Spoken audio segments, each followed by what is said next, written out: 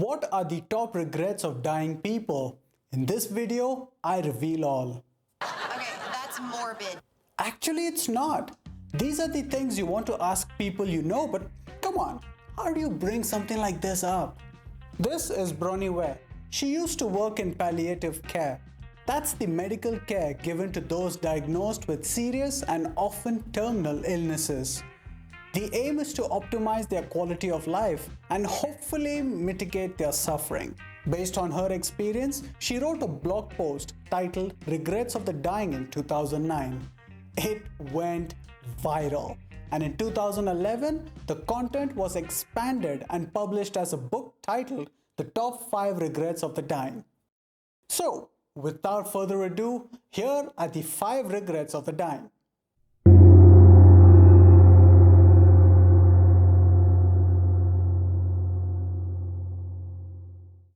I wish I had the courage to live a life true to myself, not the life others expected of me. No, Father, that's just it. I don't want to be a terrorist. But I want you to be just like me. Well, I'm not, and I won't be. This is the most common regret of all. When patients are diagnosed with a terminal disease and then reflect on their lives, many realize that their dreams have gone unfulfilled. This makes them disappointed or even bitter. Good evening, Walter. Oh, shut the hell up. Some of their choices or decisions may have been dictated by people around them. Sadly, this is common here in India. People take up jobs or marry someone because of the pressure from others to do so. So folks, now that you have your health, make sure you choose to live your dreams, a life true to yourself. I wish I hadn't worked so hard.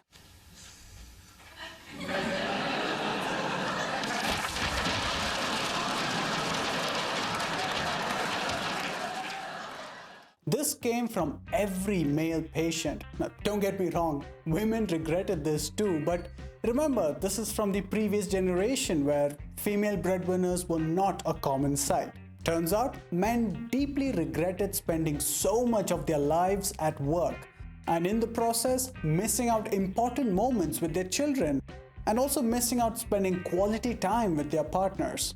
So folks, prioritize what's important. Remember the meme that was floating around social media a while back? When you die, only your family mourns you. While the company you work, they just replace you, they move on. So make sure you take rest, pursue interests outside work, and spend quality time with your friends, family, and other loved ones. I wish I had the courage to express my feelings. Yeah, I totally should have said that. Ever looked back and realized you should have said something at a moment but didn't? Well, this was another major regret. Think back. Why didn't you stand up to a person or speak up when you had to? Chances are you suppressed your feelings in order to maintain peace with others. Some of the patients who suppressed their feelings felt they settled for a mediocre existence and never became who they were truly capable of becoming. The resentment is a heavy burden to carry around, and over time they develop illnesses.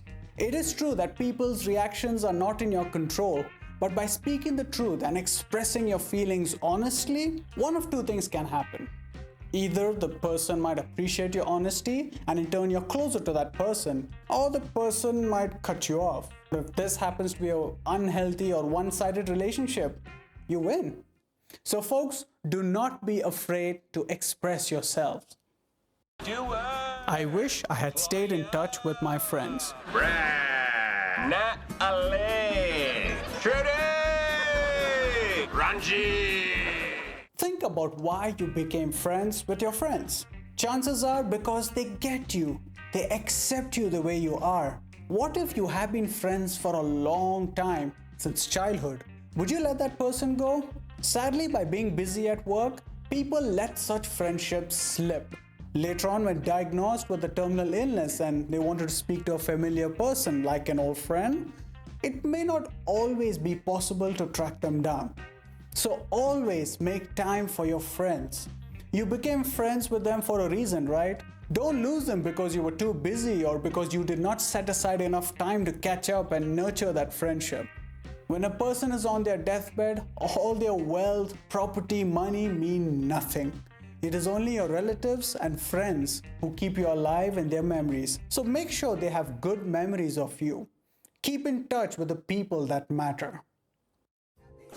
And finally, I wish I had let myself be happier. High five!